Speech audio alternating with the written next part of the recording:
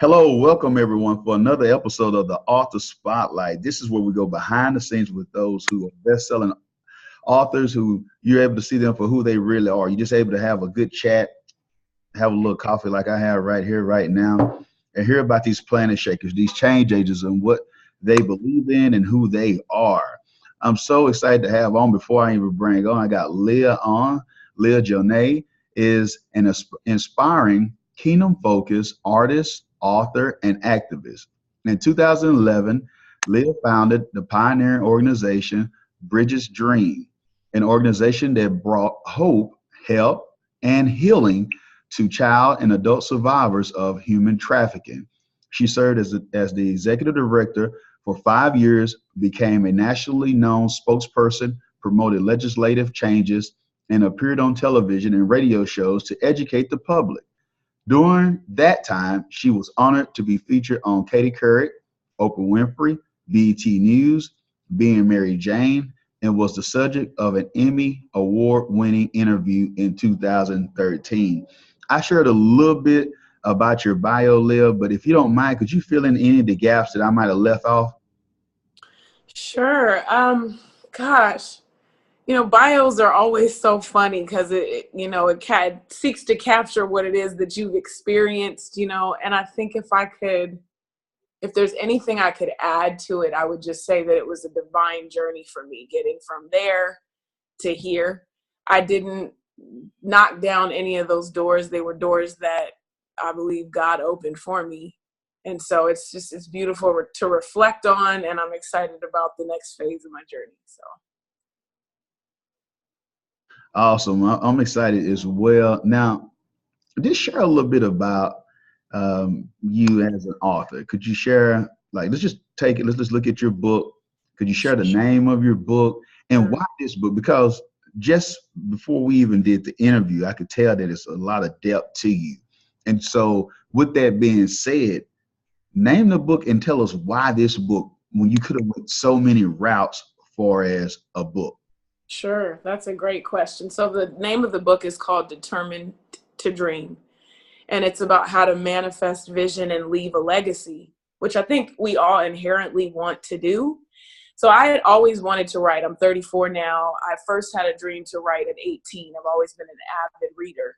But sometimes, it takes a while for you to manifest what's in your heart. And up until the point where I sat down to write this book, I had in mind I wanted to write an autobiography. So I wanted to write about my personal life experiences. But the way that things ended up was that I experienced such a significant transition in my life that I really honestly wrote the book for myself. I had gotten to the point where a dream that I was pursuing, that I had had in my heart for years, was coming to an end sooner than I thought that it would. And so it shook my identity, and it got me to the point where I started feeling like I was dreamless. And I started reflecting on, all the people that had talked to me on my journey as an activist, who were always asking me about how to pursue their own dreams.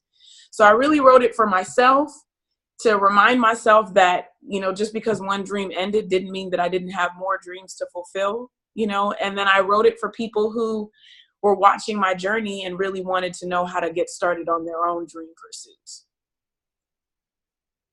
You know what? That's important. That transitioning, especially in today's society, whether it's baby boomers, Gen X, even if it's millennials, the transition from getting out of college and trying to get into the marketplace. I think that that's key for those who are paying attention and listening, that they can gather from your story, just seeing that you had to, think outside the box again. You had to say, hey, it's not the end of the world. Let me reinvent myself. Like my girl Madonna, Madonna keep pulling it off every time she's able to stay relevant. And, speaking of that, maybe I got it wrong. I don't know everything about you, but, maybe you were born with, a platinum spoon in your mouth. Maybe you just had a network out of this world that allowed for you to know. Maybe you had authors all around the block that you grew up in. But for those who didn't, not saying you did, but could you explain what made you even believe, even though it was a dream? There's so many people that has dreams, Leah, whether it's to be a certain size or the work. Some of you getting ready want to be summertime fine for the beach and want a two-piece, or some of the guys, they want the right beard, whatever your thing is. What made you believe that you could write a book, even though so many had failed at the task? That's a great question. You know what? And I'll say that a huge part of that for me was community. Honestly, I have, friends that have spoken life into the places in me where I've had self-doubt, and fear and unbelief. And it was one specific friend that I've been friends with for 7 years that had published his own book, that when I was in the throes of it, he knew how important the dream was to me.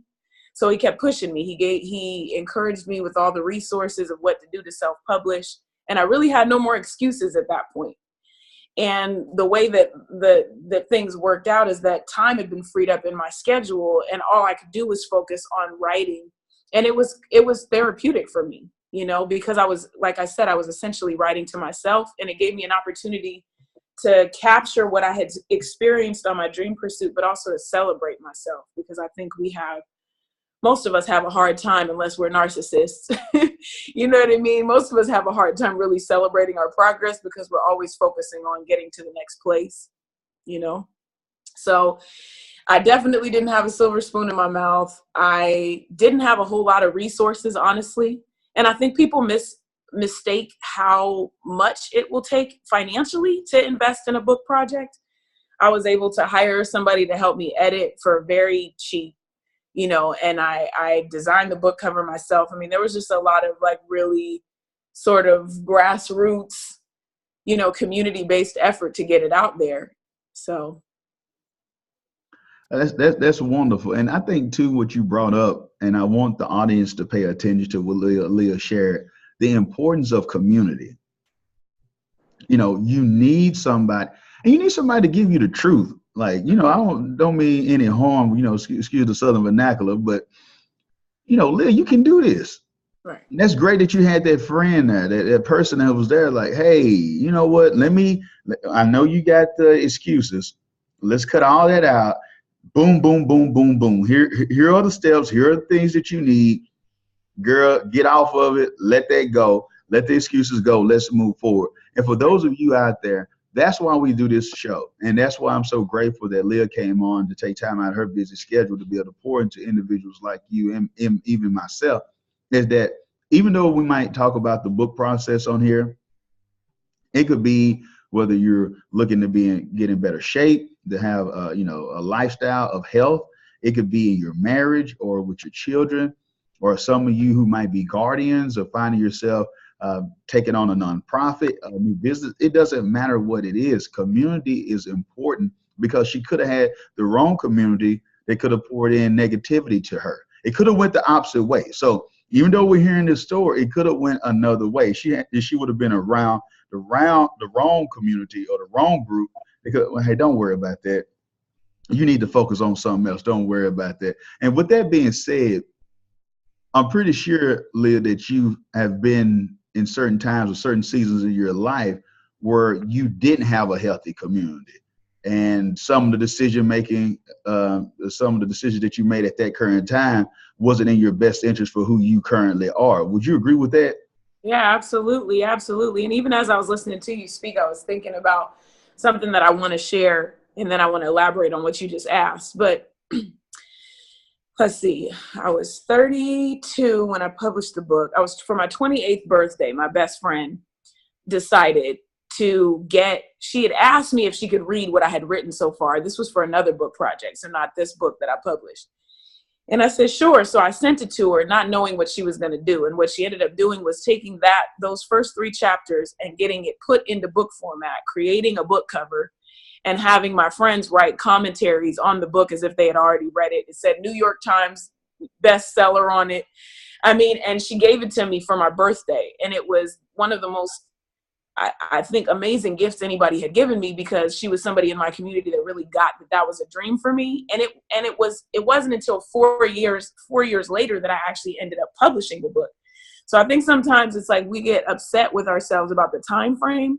And like, as long as you continue to like allow yourself to feel the reality of the passion that you have for what you're doing, you know, I wouldn't be so hard on yourself about the time frame. You know what I mean? I know we don't want to procrastinate, but at the same time, like, that was a seed that was planted that helped encourage me along the journey. But to your point, what you said about, you know, not having community, I've been really blessed that ever since I gave my life to Christ when I was 18, I've had a really amazing network of people that God has just surrounded me with. But before that, you know, I left home at 14. So I was in the streets and, you know, had a lot of really crazy experiences. And during that time, you know, it's like crabs in a bucket.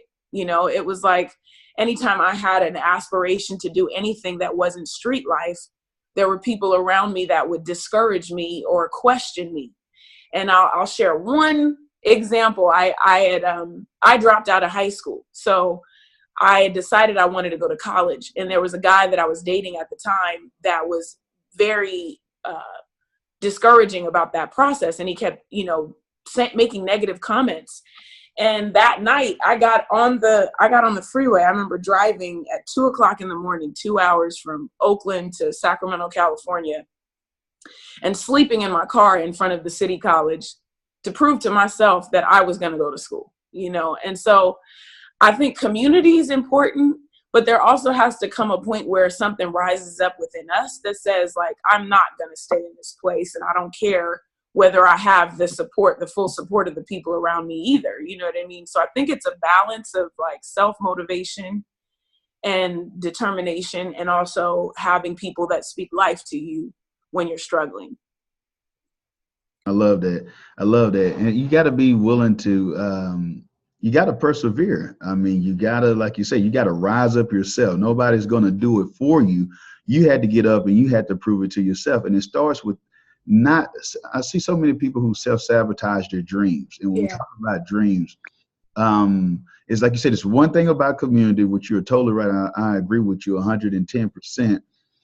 But you have to overcome and you have to forgive you. You have to let go of things that you don't feel that you are the person, or you want to. I had an individual I spoke with yesterday about the same thing. He was passing on clients when he's a great consultant, but he was self-sabotaging his own business and not believing in what he had to offer to others. And I'm just thinking about, look at Leah going and making the drive. And it wasn't easy. Right. I've made that journey, you know, that 2-hour journey. And so I know what you're talking about, from Oakland up to Sacramento and Stockton and that whole area. And, you know, and so I know what you're talking about, but just think about that. She didn't even graduate from high school. And here she is with the with the moxie to show up and say, you know what, I'm going to go and prove to myself and prove, no matter what anybody else says, I'm going to go to college. Where is it in your personal life, for those who are listening, for those who are watching this, that you need to take and have the spirit that Leah had of saying, you know what, I'm going to prove it to myself? I think we need to step up. Instead of letting statistics, or if you are this gender, if you're a woman, if you're from this ethnic background, or if you don't have this much education, don't even try. We have to make sure that we rise up. And like she brought up, rise up and say, you know what, I'm going to take on a challenge. I don't care what I have to do. She didn't have it all figured out. She didn't know who she was going to speak to. I don't think she knew what she was going to major in. All she knew was, I got to prove that I'm going to get in and make something happen. Now, speaking of making something happen, when it comes to you creating, when it comes to you having content, because it's one thing to say I want to do a book, it's one thing to say I believe, but at the end of the day, you got to create some content. So with you and your busy schedule, what allowed for you? Give us some hacks. What did you do that allowed for you to be able to create the content that you did for your book? Mm-hmm. Well, I think, you know, for one, having a clear vision of the genre and the approach. You know, what was overwhelming for me initially, which was leading to some self-sabotage and procrastination, was that I had this massive story, and it's like, okay, well, how do I capture all of this in a book, right? And so it would overwhelm me, and then I would avoid it, and the next thing you know, 5 years have passed by, right? And so what happened with this is I learned about the self-help memoir genre. So it was like, okay, I can do a hybrid of my story, but I can also coach people. So I have a background in coaching and working with people with, various issues. And so I had a snapshot of a story instead of this humongous life journey. So I got to talk about a 5-year period and a few experiences from my youth, but I got to talk about a much shorter period. And so that made it a lot more, it made it bite-sized. The book itself is not very big, which I think is convenient for people. The people that have read it, it's like they can get through the content. And I've had a lot of people that aren't necessarily avid readers read the book because it is a little shorter than a bigger size book. So I think that was a piece. And then to be quite frank, I was fortunate because I wasn't working when I wrote this. So I didn't have the demands of a busy schedule. And I recognize that's not everybody's experience. So I think it's really about making a commitment. I've always been I've always been really free-spirited. I'm an artist by nature. And so it took me becoming a CEO for me to learn how to live by a calendar. But it was life or death for me because I wouldn't have been able to manage my life without that calendar. So if you know that you have a doctor's appointment and you keep that appointment, you know what I mean?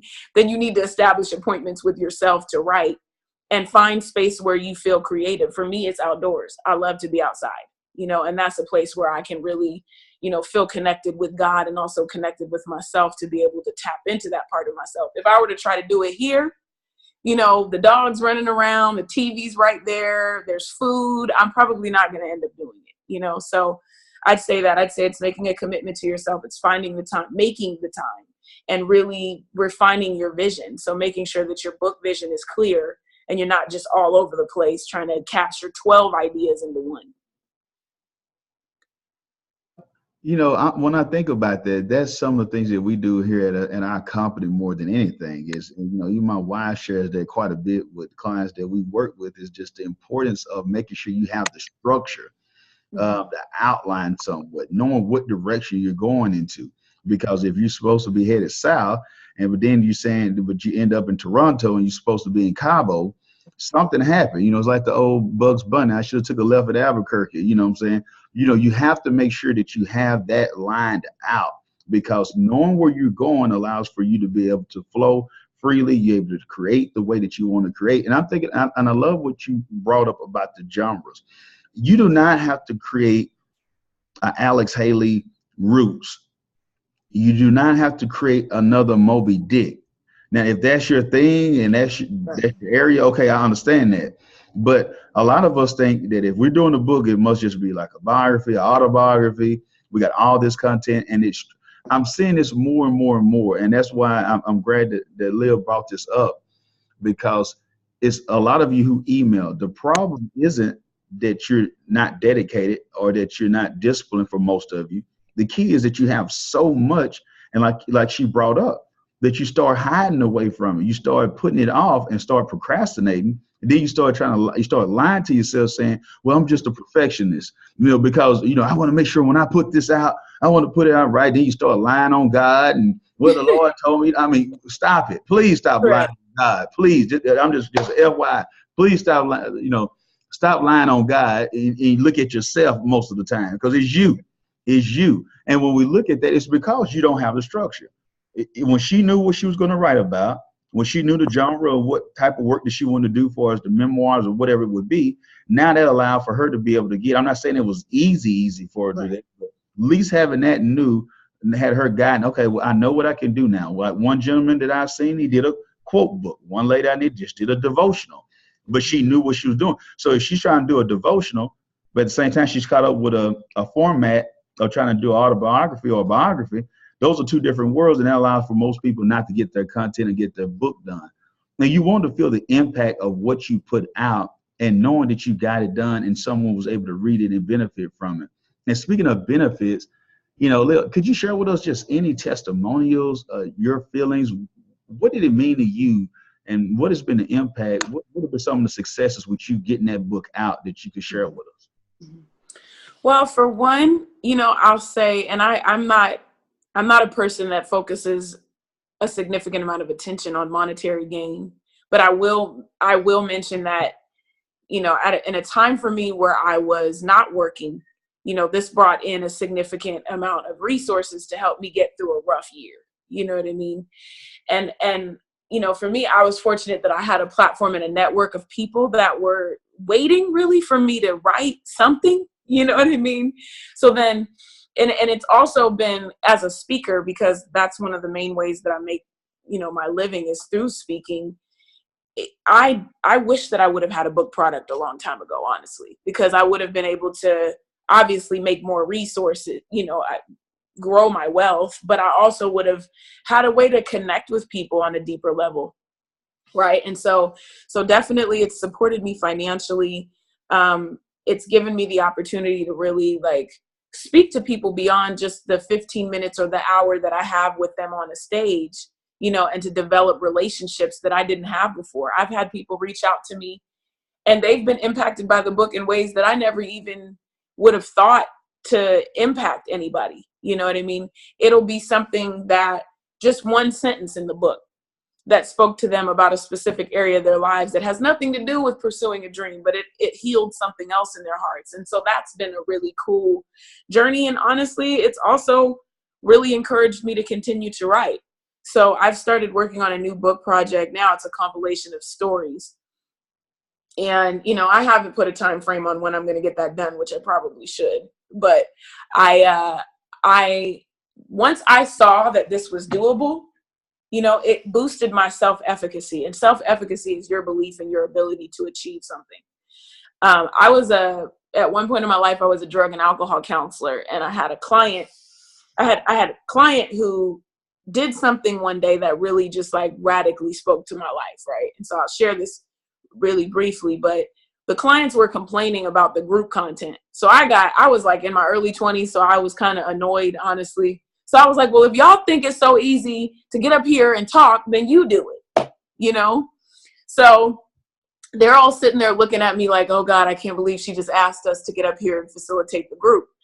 And this one older gentleman who never spoke a word, he got up and he grabbed the dry erase marker and he went up to the board, you know, and I'm sitting there thinking to myself, I can't even believe that he's going to be the one to do something. You know, he gets up there and he leads the group, and I was really proud of him. And when he sat down, I asked him what was going through his mind as he made this decision to facilitate the group that morning. And he said something I'll never forget. He said that he realized that if he didn't do it, he would have liked himself even less. You know, and I realized, like, man, there's certain things that we have a heart to do that if we don't do it, will diminish our self-esteem and diminish our belief in our ability to achieve something. So we have to, for the sake of our own growth. Girl, you might well just go ahead and drop the mic. If you had a mic, you could drop it right there. That's right there. I'm just, oh my goodness. Now that's what I needed for the day. Thank you, Leah. I don't know if y'all caught anything from that, but I got that all the way. Whoa.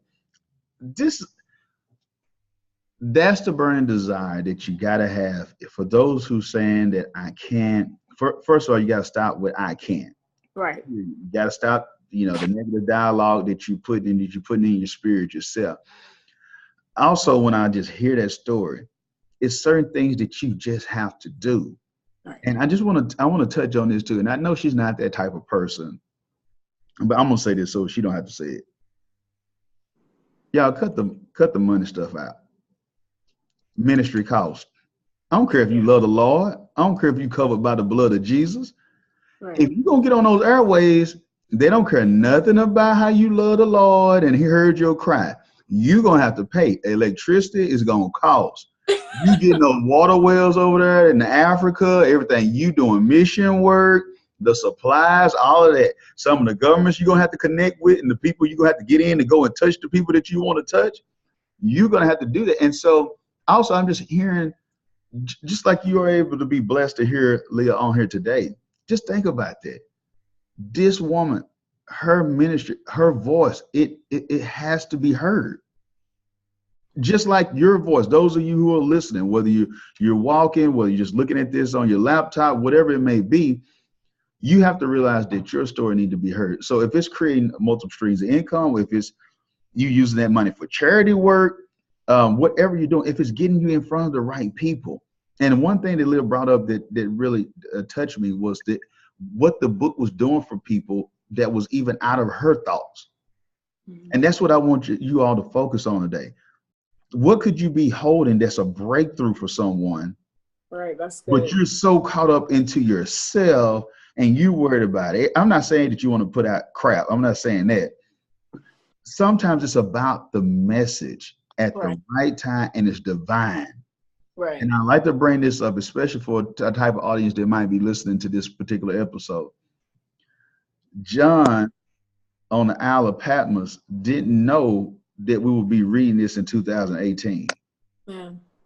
Wow. Mm-hmm. Think about that. Mm-hmm. All he was doing was using what he had with where he was. Right. We would have never known that we would have the devices that we had. We would be flying, looking at the content. You don't understand that even when Leah's in the presence of her Savior, and if he hadn't called the world to be over and all that, this will still be going out touching lives. No matter what new platform, which new medium that's out, what's the new hot thing that nobody's ever seen before, let them tell it. That's the importance of this. When you're having people sharing with you, this changed my life. This allowed for me not to commit suicide. This allowed for me to give my marriage another chance. This allowed for me to be able to make it when I had the death of a child or to start a new career. This is what this is about. And so Leah brought that here, and I'm just grateful that you shared that with us, Leah, because I think it needs to be heard. And you just shared a little bit on here on this episode, and I know the people want more. You've done quite a bit in your life. So could you please share with them any resources like social media handles, websites, if they need to get you to speak at their event, whatnot? Share any information that you have for the audience. Sure. So really quick, because there was something you pointed out that I want to make sure that I provide a resource for, because you talked about the financial piece. Mm-hmm. And I think this is a chronic issue, especially with believers. Mm. You know, we're between two extremes. We either have the spirit of mammon or the spirit of poverty, you know, and it's like we're either, you know, money hungry and driven by money, or we're broke and we're broke spirit, you know, so we don't have the faith oftentimes to believe God for bigger things. And so a resource that really blessed me, because I had my story is that God delivered me from human trafficking. So my relationship with money was very broken for a very long time for obvious reasons. So if there's anybody that gets it, I do, you know, but I want to recommend this resource. It's called Money and the Prosperous Soul by Stephen De Silva. And it is one of the most profound spiritual books I've read on money and and then the other thing I would say is, so that resource. And then you can find me on Instagram at Leah's Freckles, because you can't see them on the video, but I do have them. And then check out my website. If you're interested in getting a copy of the book, you can purchase it directly there. And the website is IamLeahJonet.com. And that's IamLeahJonet.com. And you know what? I'm so blessed by this interview. I really am. So I'm going to have to connect with y'all when I publish this next book, and we'll have to do another one. You know, we got to do it. You know, you got to let your next move be your best move. You know what I'm saying? So, you know, we got to do that, because I'm just so excited to have you on. And I want to connect with you. I'm going to have to connect with you online too, offline too, because I just think it's some things that we can do together on some stuff, just because I got some things for us, my childhood, some things that I experienced growing up with as well, that we got a similar somewhat background in certain areas. So I'm just glad that you changed it around, and you know, with the help of the Lord, and that you utilizing that, because you've been a leader. You've been the type of person who need to be out there, need to be seen, need to be able to touch people and help people, but you're doing it in a positive light, you know, and that's what I'm grateful for right now. And I just know that this is ordained for this interview, because even before I came on with you, and I'm, you know, having one of these come to Jesus moments here, I had a gentleman that I just met, I hadn't seen in years. And he brought up something to me, and he was saying like, yeah, man, I hadn't seen you in years. And I was just talking to my son, that was telling them about some stuff that I would come, not to get caught up on certain things in the media, what it's really about, getting your life right, getting with God, school. He was just talking about that. But then he brought up some things about when we were younger. And I was like, he said, man, I remember when, Darren did this at this event and this. And I'm just thinking to myself, like, wow, I'm so removed from that now, and I'm just thinking about it. And now here I am being able to have the opportunity to speak with you. And we are able to not look like what we've been through, so to speak, for the most part, and how we're being used by God, like the Hill song, Glorious Ruins, how he can take people, no matter where you come from, and he can, with his power and strength, allow for you to be used as a vessel to pour life and shine. Like, hey, you know what? He can mend that broken heart. He can make you new again. He can give you a new life. And so I'm just grateful for you coming on and doing what you are doing. And we would love to have you on, help you, assist you with the book or promote it, whatever you need us to do. And just even your message, because I want to have you on the power of story as well, because I want you to be able to go deeper into the story part of this too. And that's a platform that we can do that on. So, but once again, I thank you so much. This has been a blessing for this interview. Thank you. Thank you. Hey, remember, thank you. You can connect with Leah. She got the information. I'm going to have it all in the show notes. Make sure that you get her to come to your event. Make sure you book her to speak. Make sure you reach out to see what services, what things that she have going on. I'm already going to go get it because I like Stephen De Silva anyway, but I haven't got that book. So I'm getting the book myself. Also, make sure you go get Leah's book as well. Do not leave that off your list. You must have that. Get it Amazon Prime, whatever you need to do to make sure you get the book. Make sure you go on there and get her book. But until next time, remember that this is the year for your new book. Make sure that you go out there and be the change and be great. Until next time, be blessed.